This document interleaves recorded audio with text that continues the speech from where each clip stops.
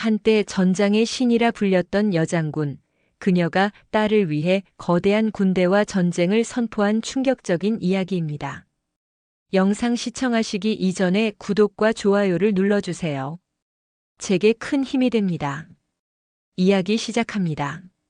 한반도의 북쪽 끝, 칼바람이 몰아치는 최전선에서 김서율 중장은 말 그대로 전설이었다. 육군 최초의 여군 최선임 중장이라는 타이틀은 그녀의 빛나는 경력 중 일부에 불과했다. 그녀는 수많은 작전에서 전세를 뒤집었고 냉철한 판단력과 압도적인 카리스마로 휘하 장병들의 절대적인 신뢰를 얻었다. 그녀가 지휘하는 부대는 늘 승리했다.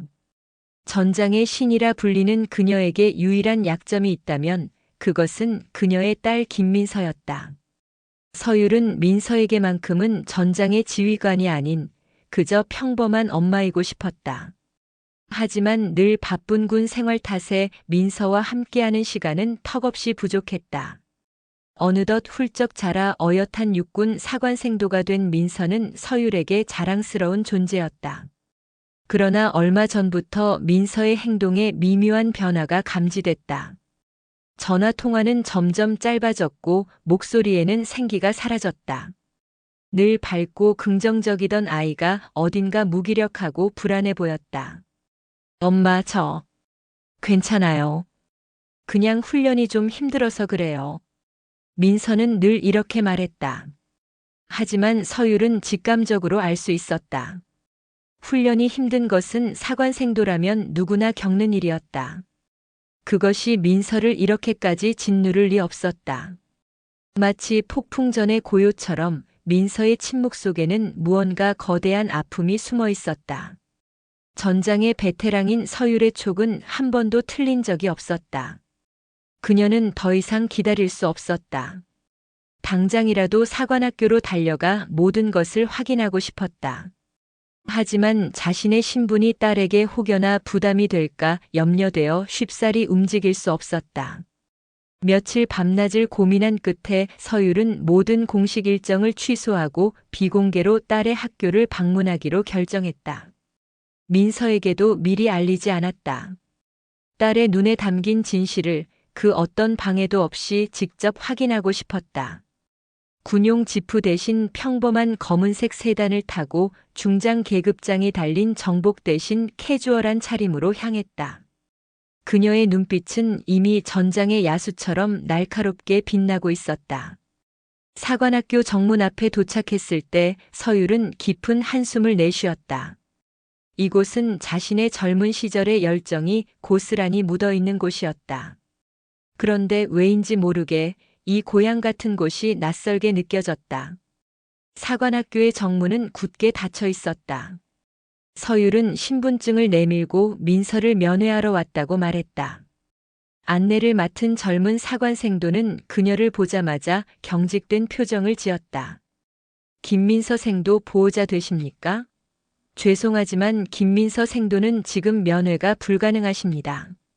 서율의 심장이 철렁 내려앉았다. 왜요? 무슨 일 있습니까? 그녀의 목소리는 평온했지만 그 안에는 거대한 폭풍이 일렁이고 있었다. 그것은 개인적인 사항이라서 말씀드릴 수 없습니다. 다만 한재석 소령님께서 특별 지도 중이시라 곧 나오실 겁니다. 한재석 소령이라는 이름이 뇌리에 박혔다. 특별 지도? 그 말이 징계에 가깝다는 것을 서율은 누구보다 잘 알고 있었다. 예전에도 그런 식으로 낙오자를 만들고 무력하게 만들고 끝내 퇴교시키는 것을 수없이 봐왔기 때문이다. 아니, 봤다기보다는 직접 지시했었다. 이 얼마나 가증스러운 일인가. 서율은 입술을 굳게 다물었다. 이 모든 일의 배후에는 분명 이 한재석이라는 소령이 있을 것이다. 잠시 후 짙은 위압감을 풍기는 한재석 소령이 모습을 드러냈다. 그의 눈빛은 거만했고 입가에는 비아냥거리는 미소가 걸려 있었다. 김민서 생도 보호자분이십니까? 바쁘신 분이 여기까지 직접 오셨네요. 안타깝게도 면회는 불가합니다. 한재석은 서유를 위아래로 훑어보며 마치 자신의 권력을 과시하는 듯한 태도를 취했다. 일반적인 학부모라면 그의 위압적인 태도에 기가 죽었을 터였다. 하지만 서율은 달랐다. 그녀의 눈은 한재석의 모든 오만과 거짓을 꿰뚫어 보고 있었다. 특별 지도라는 게 대체 뭡니까? 제 딸에게 무슨 일이 있었는지 알아야겠습니다. 서율은 평범한 학부모인 척했지만 그녀의 목소리는 미세한 떨림도 없이 차갑고 단호했다. 한재석은 서율의 태도에 약간 당황했지만 이내 다시 오만함을 되찾았다. 그건 사관학교 내부 규정이라 외부인에게는 알려드릴 수 없습니다. 다만 생도가 규율을 위반했기에 지도하는 것이니 염려하실 필요는 없습니다. 어머님께서는 그냥 돌아가시면 됩니다. 어머님이라는 호칭과 돌아가시면 됩니다라는 한재석의 건방진 말투는 서율의 분노에 기름을 부었다. 이 사내의 눈에는 자신이 그저 나약한 여자인지 모를 것이었다. 서율은 한재석을 향해 서서히 다가갔다. 한재석은 무의식적으로 한 발짝 뒤로 물러섰다. 본능적으로 느껴지는 서율의 압도적인 아우라에 온몸의 세포가 경직되는 것을 느꼈다. 다시 묻겠습니다. 한재석 소령. 내 딸에게 무슨 짓을 했나? 서율의 목소리가 낮게 깔렸다. 그 속에는 끓어오르는 용암처럼 거대한 분노가 숨어 있었다.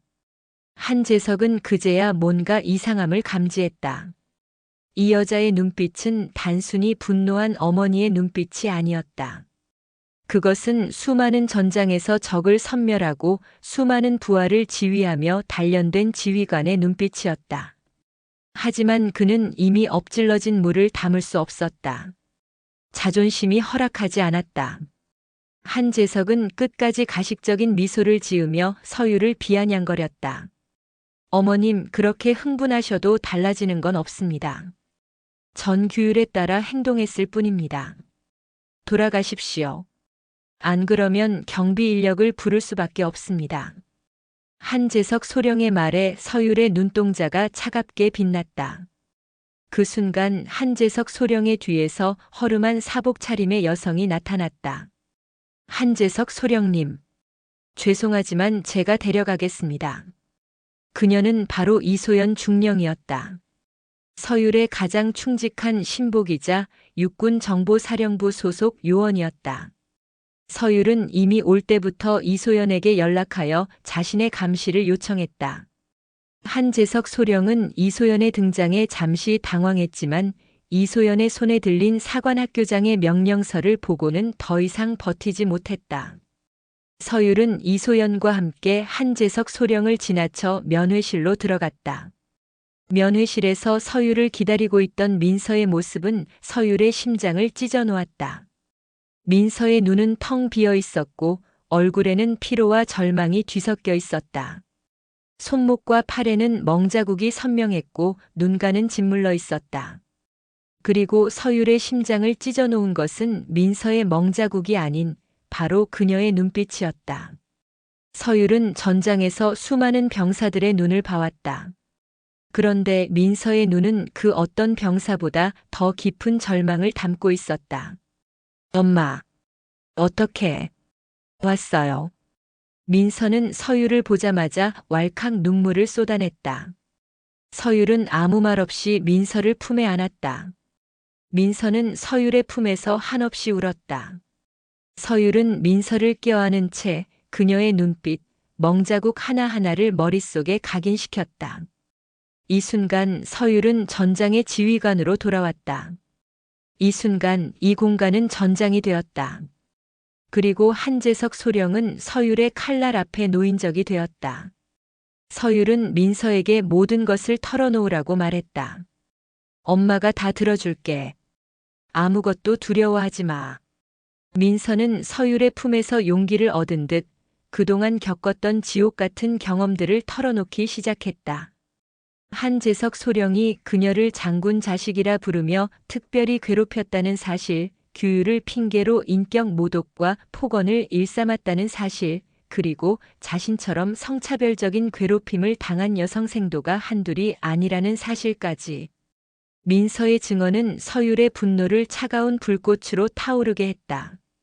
서율은 더 이상 참을 수 없었다. 그녀는 민서의 손을 잡고 면회실을 나섰다. 복도에서 서성거리던 한재석 소령은 서율의 서늘한 눈빛에 본능적으로 위축되었다. 한재석 소령, 당장 박성훈 학교장을 불러. 서율의 목소리는 너무나도 차가웠다. 한재석은 서율의 단호한 태도에 당황하며 비아냥거렸다. 어머님, 무슨 말씀을 그렇게 하십니까? 학교장님은 바쁘셔서. 그때 한재석의 뒤에서 박성훈 학교장이 나타났다. 그는 서율을 보자마자 눈을 크게 떴다. 김서율. 중장님? 어인일이십니까? 갑자기. 연락도 없이. 박성훈 학교장은 서율의 얼굴에 박힌 분노를 보고는 잔뜩 겁을 먹은 표정으로 말을 더듬었다. 한재석 소령은 박성훈 학교장의 말을 듣고 온몸이 얼어붙는 것을 느꼈다. 평범한 학부모인 줄 알았던 이 여자가 바로 전장의 신이라 불리는 김서율 중장이라니. 자신이 그토록 가혹하게 괴롭혔던 생도의 어머니이자 군의 전설적인 인물이었다니. 한재석의 얼굴은 순식간에 새파랗게 질렸다. 서율은 자신의 딸 민서의 손을 꼭 잡고 한재석 소령을 노려보았다. 그리고 그녀의 목소리는 칼날처럼 한재석의 심장을 꿰뚫었다. 한재석 소령, 이제 전장의 포효가 무엇인지 그대가 직접 경험하게 될 것이다. 그녀의 눈빛은 복수심으로 불타오르는 전사의 눈빛이었다. 이제껏 경험해보지 못한 거대한 공포가 한재석의 뼛속까지 스며들었다. 이소연은 자신의 딸을 껴안으며 이 전쟁은 이제부터 시작이라는 것을 알았다. 그리고 이 전쟁의 승자는 오직 하나뿐일 것이라는 것도. 그것은 바로 김서율 중장, 전장의 지휘관이었다. 김서율 중장의 입에서 전장의 포효라는 말이 떨어지자 한재석 소령은 심장이 멎는 듯한 공포를 느꼈다. 평범한 학부모의 분노와는 차원이 다른 생명을 위협하는 듯한 기운이었다. 박성훈 학교장은 서율 중장에게 깍듯한 경례를 올리며 사태를 수습하려 했다. 중장님, 어인일이십니까? 미리 연락 주셨으면 제가. 서율은 박성훈의 말을 자르며 민서의 멍든 손목을 보여주었다. 이게 내 딸의 모습이다. 학교장님께서는 이 지옥 같은 광경을 알고 계셨나? 박성훈의 얼굴은 순식간에 하얗게 질렸다. 그는 아무 말도 하지 못하고 땀만 뻘뻘 흘렸다. 서율은 한재석을 향해 다시 시선을 돌렸다. 한재석 소령, 지금 당장 모든 것을 실토하라. 내 딸에게 무슨 짓을 했고 왜 이런 짓을 벌였는지. 한재석은 끝까지 버티려 했다. 저는 규율에 따라. 그 순간 서율의 목소리가 복도 전체를 뒤흔들었다. 규율? 너의 그 더러운 성차별적 편견이 규율인가? 내가 감히 내 딸에게 손을 대? 서율은 분노를 주체하지 못하고 한재석의 멱살을 잡았다. 한재석은 서율의 압도적인 힘에 속수무책으로 끌려갔다. 옆에 있던 다른 교관들과 사관생도들은 얼어붙은 채 아무것도 하지 못했다. 이때 서율의 신복 이소연 중령이 나섰다. 중장님, 제가 처리하겠습니다. 이소연은 차가운 눈빛으로 한재석을 제압했다. 한재석은 그녀의 눈에서 서율과 똑같은 살기를 느꼈다. 이소연은 한재석을 끌고 어디론가 사라졌고 잠시 후 한재석의 비명소리가 멀리서 희미하게 들려왔다. 서율은 박성훈 학교장을 노려보며 말했다. 내가 이곳을 떠나기 전까지 내 딸 민서에게 가해진 모든 피해 사실을 밝혀내라. 그리고 이 학교의 모든 여성 생도들을 대상으로 전수조사를 실시해. 단 한 명이라도 피해자가 더 나온다면 학교장님의 자리도 안전하지 못할 것이다. 박성훈 학교장은 서율의 말에 고개를 숙였다. 알겠습니다, 중장님. 즉시 조치하겠습니다. 그의 목소리에는 두려움과 절박함이 묻어 있었다. 이소연 중령은 한재석을 추궁하며 모든 것을 알아냈다. 한재석 소령은 학교 내부에 뿌리 깊게 박힌 여성 혐오적 문화의 하수인에 불과했다. 그는 단순히 개인적인 원한으로 민서를 괴롭힌 것이 아니었다. 장군 자식이라는 꼬리표를 이용해 민서를 무너뜨리고 나아가 김서율 중장에게까지 모욕을 주려 한 것이었다. 이들의 목표는 육군 내에서 승승장구하는 여군들의 기세를 꺾고 다시 남성 중심의 군대를 만들고자 하는 것이었다. 한재석은 이런 거대한 음모의 최전선에 서 있었던 것이다. 서율은 이소연의 보고를 듣고 차갑게 웃었다. 이런 썩어 빠진 위계 질서라니. 한재석 한 명으로 끝나지 않겠군. 그녀는 이 사건이 단순히 개인적인 복수극이 아닌 군 전체에 뿌리 박힌 구조적인 문제를 척결하는 전쟁이 될 것임을 직감했다.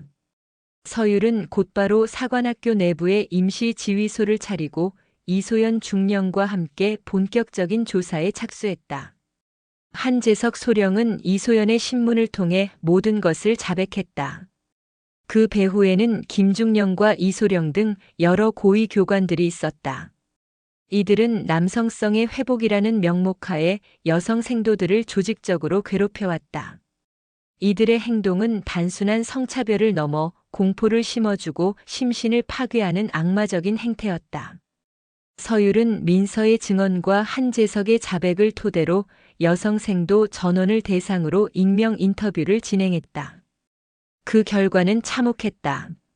최근 3년 동안 15명의 여성생도가 학대와 괴롭힘을 당했으며 그중 7명이 결국 학교를 떠났다는 사실이 밝혀졌다. 이들은 군인으로서의 꿈을 짓밟히고 평생 씻을 수 없는 상처를 안고 사회로 돌아가야 했다.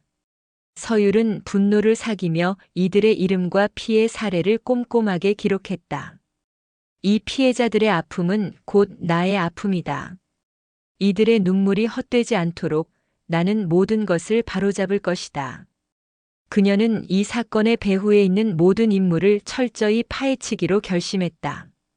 조사 과정에서 드러난 또 다른 충격적인 사실은 이들의 만행을 묵인하고 심지어는 비호를 제공한 거대한 세력이 있다는 점이었다. 서율의 오랜 라이벌이자 현 육군 참모총장인 강성민 장군이 그 중심에 있었다. 강성민은 평소에도 여군의 능력에 대해 의문을 제기하며 공공연히 서율과 대립해왔다. 그는 이번 사태를 서율의 권력에 흠집을 내는 기회로 삼으려 했다. 강성민 참모총장은 서율의 조사를 방해하기 위해 온갖 수단을 동원했다. 정보사령부에 압력을 넣어 이소연 중령을 원대 복귀시키려 했고 국방부 고위 관계자들을 통해 서율의 행동을 지나친 사적 복수로 몰아갔다. 언론에는 전설적인 여장군의 오만과 독선이라는 프레임이 더 씌워지기 시작했다. 서율은 홀로 거대한 권력에 맞서야 했다. 하지만 그녀는 포기하지 않았다. 그녀는 전장에서 수많은 적을 무너뜨렸고 이제는 보이지 않는 적, 거대한 음모와 맞서 싸워야 했다. 서율의 머릿속에는 오직 하나의 목표만 있었다. 이 더럽고 추악한 거미줄을 모두 불태워버리는 것. 그녀의 눈은 복수심으로 불타올랐지만 그와 동시에 군의 명예를 회복하겠다는 숭고한 사명감으로 빛나고 있었다. 강성민 참모총장의 방해 공작이 심해지자 서율은 정면 돌파를 선택했다. 그녀는 학교장에게 압력을 넣어 기자회견을 열기로 결정했다. 기자회견장은 순식간에 수많은 기자들로 가득 찼다. 기자들의 눈은 서율 중장과 그녀의 딸 김민서를 향해 있었다. 서율은 민서의 손을 꼭 잡고 연단에 섰다. 기자들이 질문을 쏟아내기 시작했다. 중장님, 이번 사태는 사적인 복수입니까? 군의 명예를 실추시키는 행동이라는 비난이 거셉니다. 딸의 개인적인 문제를 공적으로 키우는 것은 과한 처사가 아닙니까? 서율은 침묵했다. 그녀는 그들의 질문에 대답하는 대신 미리 준비해온 자료를 빔 프로젝터로 띄웠다. 화면에는 한재석 소령을 비롯한 교관들의 잔혹한 행위가 담긴 증거 자료와 함께 피해를 입고 자퇴한 여성 생도들의 이름과 사연이 빼곡하게 담겨 있었다. 그리고 그 마지막에는 충격적인 통계 자료가 있었다. 최근 3년간 여성 생도의 자퇴율이 남성 생도의 5배에 달한다는 사실이었다. 서율은 마이크를 잡았다.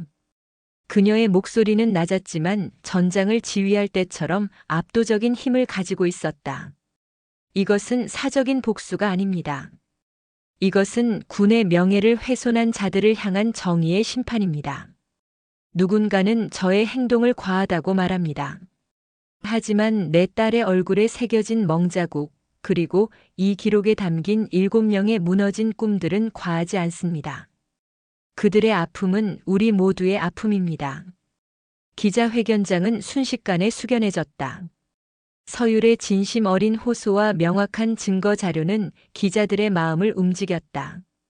서율은 마지막으로 강성민 참모총장을 향해 날카로운 일침을 던졌다.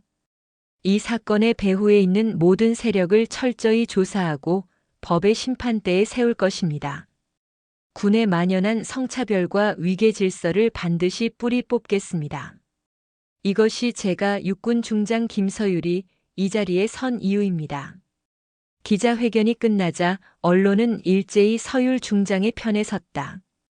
전설적인 여장군, 정의의 심판을 시작하다라는 헤드라인이 모든 신문을 장식했다. 국민들은 서율에게 열광했고 군 내에서도 변화의 목소리가 터져 나오기 시작했다. 서율은 이 여론의 힘을 등에 업고 강성민 참모총장을 향한 본격적인 반격에 나섰다. 전장의 브리핑이 이제 군 전체의 전면전으로 확대되는 순간이었다. 김서율 중장의 기자회견은 대한민국을 뒤흔들었다. 전장의 신이 군의 썩은 뿌리를 드러냈다는 사실에 국민들은 열광했고 서율의 행동을 지지하는 여론이 폭발했다. 하지만 그와 동시에 육군 참모총장 강성민의 집무실에는 싸늘한 냉기가 흘렀다. 기자회견을 지켜보던 강성민은 붉게 충혈된 눈으로 탁자를 내리쳤다. 감히 이럴 수가. 주제도 모르는 계집이. 그의 분노는 단순한 모욕감을 넘어 거대한 음모가 들통날 위기에 처한 자의 초조함이었다. 강성민은 즉시 비서실을 통해 언론사에 연락을 취하고 군 내부의 모든 인맥을 동원해 서율을 역공격하기 시작했다. 그는 이 사건을 서율의 과도한 사적 복수이자 군 기강을 무너뜨리는 쿠데타로 규정했다. 강성민의 지시를 받은 군사 전문가들과 보수 언론은 서율을 비난하는 칼럼과 기사를 쏟아내기 시작했다. 전장의 영웅이 사적인 감정으로 군을 파괴하고 있다. 자신에게 불리한 증언을 강요한 것은 엄연한 위법이다. 육군 내부의 문제를 외부로 유출하여 국익을 해쳤다. 여론은 순식간에 양분되었다. 서율을 지지하는 국민들과 군의 명예를 지켜야 한다는 강성민의 논리에 동조하는 보수 세력 간의 격렬한 대립이 시작되었다. 강성민은 이 기회를 이용해 서율을 완전히 제거하려 했다. 그는 사관학교에 남아있던 증거 자료들을 실수로 폐기하고 서율에게 증언했던 여성 생도들의 부모에게 연락해 압력을 가했다. 자녀의 미래를 생각하십시오. 괜히 거대한 세력에 맞서다가 모든 것을 잃게 될 수도 있습니다. 일부 부모들은 강성민의 협박에 겁을 먹고 딸에게 증언을 철회하라고 종용했다. 민서의 증언도 흔들리기 시작했다. 서율은 이 모든 상황이 강성민의 치밀한 반격이라는 것을 직감했다. 그녀는 이소연 중령에게 모든 증거를 안전한 곳에 보관하라고 지시했다. 증거를 없애려 할 거야. 우리보다 먼저 움직여야 해. 하지만 이미 한 발 늦은 후였다. 이소연 중령이 보관해둔 증거가 담긴 자료실에서 원인 불명의 화재가 발생했다. 자료는 모두 불타버렸고 이소연 중령은 화재 진압 과정에서 경미한 부상을 입었다. 모든 것이 강성민의 계획대로 흘러가고 있었다. 이제 남은 것은 서율과 민서의 증언뿐이었다. 강성민은 미소를 지었다. 증거가 사라진 이상 저들의 말은 그저 사적인 복수심에서 나온 허위 사실에 불과해. 이제는 내가 판을 뒤집을 차례다. 강성민은 국방부 장관에게까지 압력을 넣어 서율의 모든 권한을 정지시키고 징계위원회를 소집했다. 전장의 신은 한순간에 군을 흔드는 불순분자로 낙인 찍혔다. 서율은 자신의 모든 것이 무너져 내리는 것을 느꼈다. 하지만 그녀의 눈은 절망 대신 더욱 거친 불꽃으로 타올랐다. 강성민, 내가 나를 무너뜨리려 하는 순간 너는 이미 나의 전장 안에 들어와 있다. 공식적인 증거가 모두 사라지고 서율 중장이 군의 징계 대상이 되자 강성민 참모총장은 승리를 확신했다. 하지만 그는 서율의 진짜 힘을 간과하고 있었다. 그녀의 힘은 계급과 직책이 아니었다. 그것은 그녀의 사람을 얻는 방식에서 나왔다. 서율은 전장에서 늘 선두에 서서 부하들을 이끌었고 병사들의 작은 고통에도 귀 기울였다. 그녀의 명령은 힘이 아닌 존경으로 통했다. 서율은 은밀하게 자신의 비밀 동맹을 가동했다. 그들은 그녀와 함께 수많은 전장을 누비며 생사고락을 함께했던 전우들이었다. 그들은 군의 최고 위층부터 일선 부대의 소위까지 다양한 계급과 위치에 흩어져 있었다. 이들은 모두 강성민 참모총장의 부패와 권력욕을 혐오하고 있었다. 그들은 서율의 지시가 떨어지자마자 그림자처럼 움직이기 시작했다. 첫 번째는 육군정보사령부 소속의 박하준 소령이었다. 그는 서율의 직속 부하였으며 그녀에게 무한한 충성을 바치는 인물이었다. 박하준은 강성민 참모총장의 비서실을 감시하며 그들의 모든 움직임을 파악했다. 그는 강성민이 증거를 은폐하기 위해 사용한 인물들과 그들의 접촉 내역을 모두 기록했다. 두 번째는 육군 본부의 회계 담당인 한동우 준이었다. 그는 서율의 도움으로 승진할 수 있었기에 그녀에게 깊은 은혜를 느끼고 있었다. 한동우 준이는 강성민 참모총장의 비자금 장부를 추적했다. 그는 강성민이 군수품 납품 업체로부터 뇌물을 받고 그 대가로 부패한 업체에 막대한 이권을 넘겨왔다는 사실을 밝혀냈다. 그 비자금의 일부는 여성생도 괴롭힘 사건을 은폐하는 데 사용되었다는 증거까지 확보했다. 세 번째는 육군 내에서 서율의 존재를 믿고 따르던 젊은 여성 장교들이었다. 그들은 익명으로 여성 생도들의 추가 증언을 모으고 강성민 참모총장 측의 협박을 당한 피해자들을 설득했다. 그들은 피해자들이 직접 증언할 수 있도록 심리적 지원과 보호를 제공했다. 그들의 헌신적인 노력 덕분에 겁에 질렸던 피해자들은 다시 용기를 얻고 서율에게 힘을 보태주기로 결심했다. 어둠 속에서 움직이는 서율의 동맹들은 강성민의 모든 수를 꿰뚫어 보고 있었다. 그들은 단순히 증거를 모으는 것을 넘어 강성민이 구축해 놓은 거대한 부패의 거미줄을 하나하나 해체하기 시작했다. 이 전쟁은 단순히 복수국이 아니었다. 그것은 육군을 좀먹는 썩은 권력을 뿌리 뽑기 위한 보이지 않는 전면전이었다. 서율의 눈은 차가웠지만 그녀의 심장은 뜨겁게 타올랐다. 동맹들의 헌신과 용기가 그녀에게 새로운 힘을 불어넣었다. 이제 남은 것은 단 하나, 이 모든 것을 세상에 드러내는 것이었다. 서율과 그녀의 동맹들은 마침내 모든 증거를 확보했다. 한재석 소령의 자백이 담긴 녹음 파일, 강성민 참모총장의 비자금 장부 사본, 그리고 피리의 여성 생도들의 추가 증언이 담긴 서류들. 하지만 이 증거들을 공식적으로 제출하는 것은 위험했다. 강성민은 이미 모든 관료 시스템을 장악하고 있었다. 서율이 증거를 내미는 순간 강성민은 교묘한 법망을 이용해 증거를 조작하고 서율과 그녀의 동맹들을 반역죄로 몰아붙일 것이었다. 서율은 정면 승부를 택하기로 했다.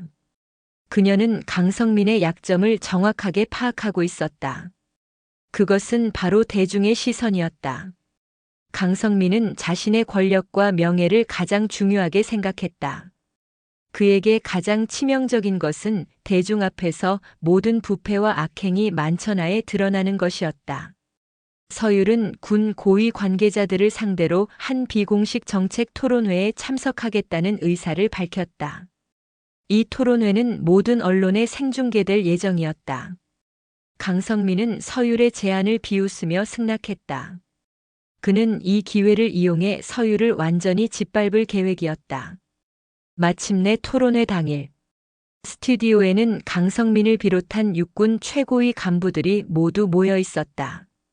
강성민은 연단에 서서 서율을 향해 비아냥거렸다. 김서율 중장, 더 이상 군의 명예를 실추시키지 마십시오. 오늘을 끝으로 당신의 불순한 행동은 막을 내릴 것입니다. 서율은 차가운 미소를 지으며 연단에 올랐다. 그녀의 눈빛은 흔들림이 없었다. 그녀는 마이크를 잡고 강성민을 향해 단 한마디를 내뱉었다.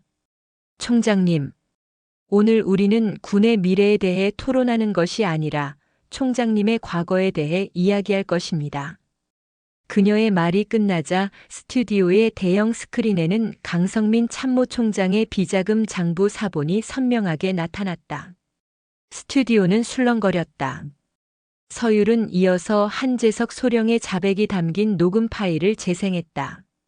한재석의 비굴한 목소리가 스튜디오를 가득 채웠다. 강성민은 얼굴이 새하얗게 질렸다. 서율은 마지막으로 카메라를 향해 말했다. 이 모든 증거는 육군이 썩었다는 증거입니다. 이제 모든 국민이 판단할 것입니다. 과연 누가 군의 명예를 실추시킨 것인지. 강성민은 자리에서 벌떡 일어나 소리쳤다. 이건 조작이다. 전부 조작이라고. 그의 외침은 서율의 압도적인 증거 앞에서 공허하게 울려 퍼졌다. 서율은 강성민을 향해 차가운 눈빛을 던졌다. 총장님, 이제 전장의 지휘관이 누구인지 세상이 알게 될 것입니다. 스튜디오의 모든 이들이 숨을 죽였다. 서율은 최후의 도박을 성공시켰다. 하지만 그녀는 알고 있었다.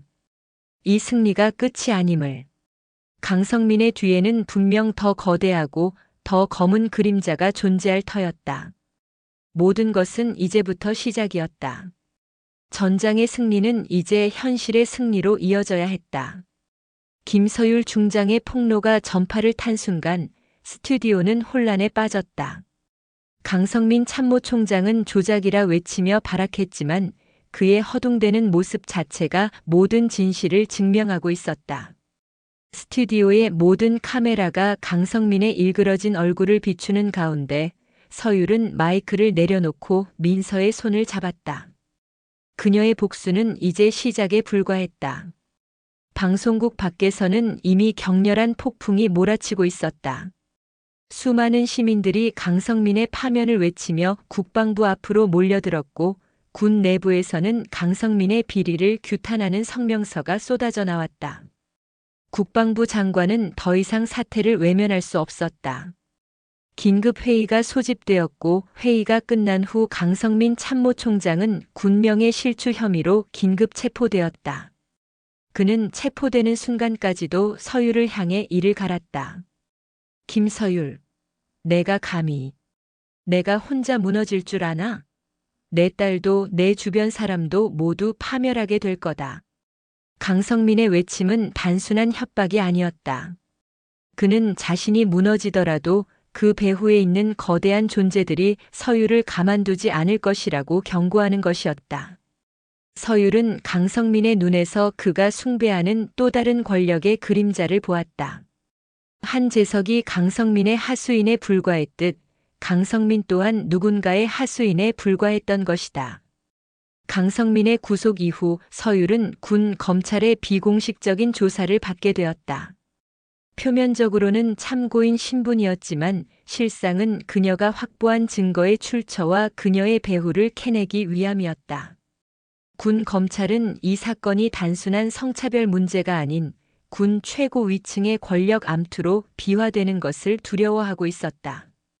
그들은 진실을 덮고 강성민 선에서 모든 것을 마무리 지으려 했다. 서율은 그들의 의도를 꿰뚫어 보았다. 그들은 자신들이 숨겨왔던 추악한 진실이 드러날까 두려워하고 있었다.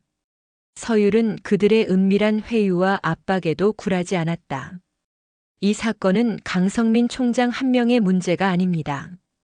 군 전체에 뿌리 깊게 박힌 부패와 위계 질서의 문제입니다. 진실을 모두 밝히지 않는다면 제 딸을 비롯한 모든 피해자의 아픔은 헛된 것이 됩니다. 서율의 완강한 태도에 군 검찰은 당황했고 곧 서율의 조사를 담당하던 책임자는 의문의 교통사고를 당했다. 서율은 그 사고가 단순한 우연이 아니라는 것을 직감했다. 누군가 그녀를 감시하고 있었다. 그녀의 모든 움직임을 추적하며 그녀의 목숨까지도 노리는 거대한 그림자가 존재하고 있었다. 그들은 군 내부의 모든 시스템을 조종하며 서율의 손발을 묶으려 했다. 서율은 더 이상 군의 시스템을 믿을 수 없었다. 그녀는 이소연 중령에게 모든 것을 맡기지 않고 직접 행동에 나설 것을 결심했다. 이 전쟁은 이제 군의 명예를 회복하는 전쟁을 넘어 그녀와 딸의 생존이 걸린 사투가 되었다. 서율은 잠든 딸의 얼굴을 보며 굳은 결의를 다졌다. 더 이상 숨을 곳도 물러설 곳도 없었다.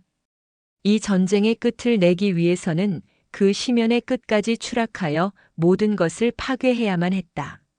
서율의 앞에 나타난 검은 그림자의 정체는 육군 최고 위층을 움직이는 군 원로회의 실세 윤정호 장관이었다. 그는 강성민을 비롯한 부패한 세력의 우두머리이자 남성 중심의 군대를 신봉하는 극단적인 보수주의자였다.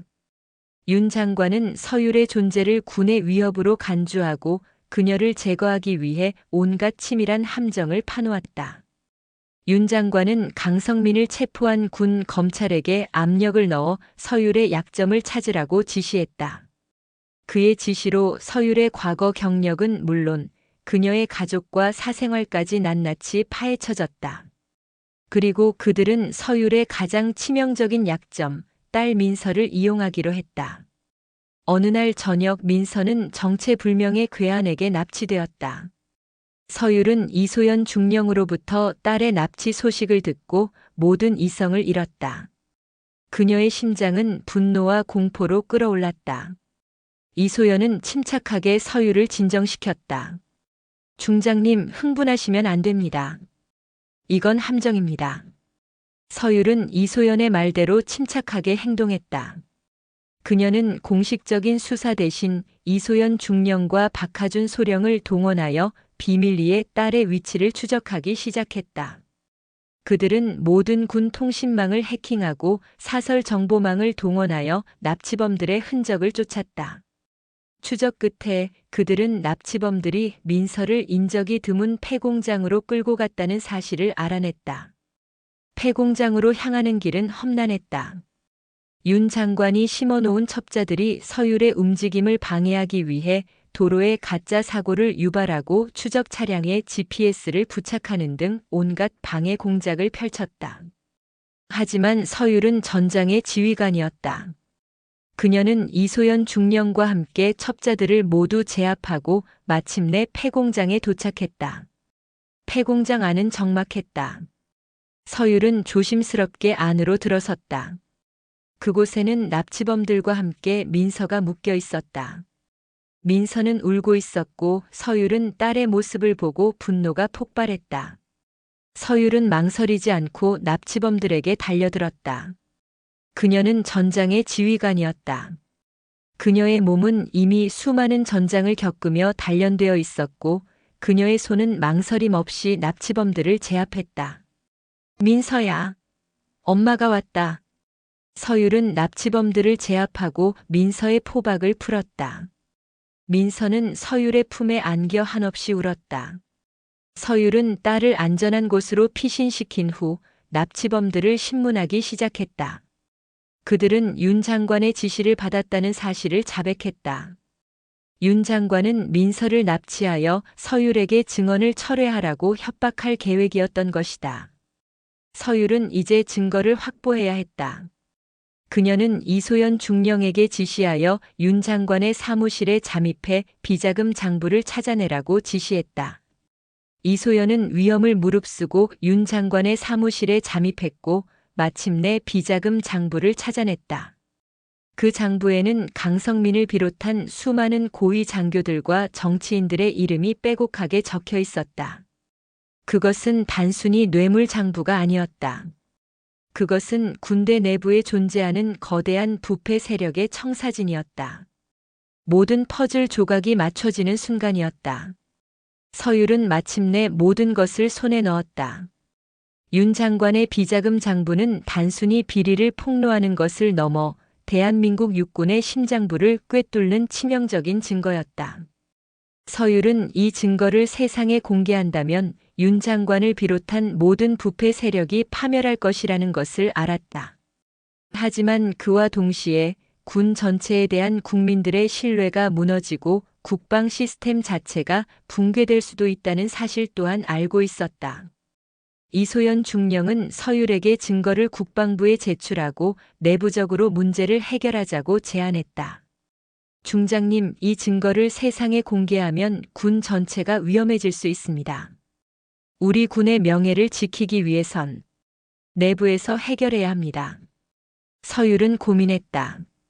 그녀의 눈에는 딸 민서의 멍든 손목과 군인으로서의 꿈을 포기해야 했던 수많은 여성 생도들의 눈물이 아른거렸다. 그녀는 결국 결단을 내렸다. 아니, 이소연 중령. 군의 명예는 진실을 숨긴다고 지켜지지 않아. 썩은 뿌리를 완전히 뽑아내야만 다시 건강한 나무가 자랄 수 있는 법이다. 군의 명예는 우리가 진실을 밝히는 순간부터 다시 시작될 것이다. 서율은 군의 오랜 관습을 깨고 다시 한번 언론을 택했다. 그녀는 윤 장관을 비롯한 군 최고 위층이 참석하는 국방위원회 회의장에 기습적으로 나타났다. 회의는 모든 언론에 생중계되고 있었다. 서율은 회의장으로 걸어가 단상에 올랐다. 윤 장관은 서율을 보고 핏발선 눈으로 소리쳤다. 김서율, 내가 감히 이 신성한 자리에. 서율은 윤 장관의 말을 무시하고 마이크를 잡았다. 그녀는 자신의 품에 숨겨왔던 비자금 장부 사본을 꺼내들어 카메라를 향해 보여주었다. 그리고 그녀의 입에서 나온 모든 진실은 대한민국 육군의 심장부를 강타했다. 서율의 폭로가 끝나자 생중계를 지켜보던 국민들은 충격과 분노에 휩싸였다. 수많은 군인들이 서율의 용기 있는 행동에 감동하여 그녀의 편에 섰다. 결국 윤 장관을 비롯한 모든 부패 세력은 긴급 체포되었다. 대한민국 육군은 전례 없는 대대적인 개혁을 시작했다. 모든 계급에서 성차별적 규율이 폐지되었고 여군들의 권익을 보호하기 위한 새로운 법규가 제정되었다. 이 모든 것은 김서율 중장 한 사람의 용기 있는 행동으로 시작된 일이었다. 이후 서율은 군의 명예를 실추시켰다는 이유로 기소되었지만 그녀는 스스로 모든 계급과 명예를 반납했다. 그녀는 더 이상 군인이 아니었다. 그녀는 육군 최초의 여성 중장이 아닌 전장의 부패를 홀로 이겨낸 진정한 영웅이자 전설로 남았다. 그녀의 복수는 끝났다. 한재석 소령의 추악한 괴롭힘으로 시작된 전쟁은 딸 민서의 무너진 꿈을 회복하고 육군 전체의 정의를 되찾는 위대한 승리로 끝이 났다. 시간이 흘러 민서는 다시 밝은 미소를 되찾았다. 그녀는 더 이상 사관생도가 아니었다. 그녀는 한때 아픔을 겪었지만 이제는 세상의 부조리에 맞설 용기를 가진 당당한 여성으로 성장했다. 어느덧 민서가 입은 사복에 손을 잡은 서율은 따뜻한 햇살 아래에서 행복한 미소를 지었다. 엄마, 고마워요. 이제 정말 괜찮아요. 서율은 민서의 머리를 부드럽게 쓰다듬었다. 그녀의 손에는 계급장이 없었지만 그 어떤 계급장보다 더 빛나는 명예가 새겨져 있었다. 그녀의 복수는 결국 그녀 자신과 딸의 영혼을 구원하는 위대한 사랑의 여정이었다. 이제 전설은 끝났지만 서율과 민서의 새로운 삶은 막 시작된 참이었다. 영상이 즐거우셨다면 구독과 좋아요 부탁드립니다.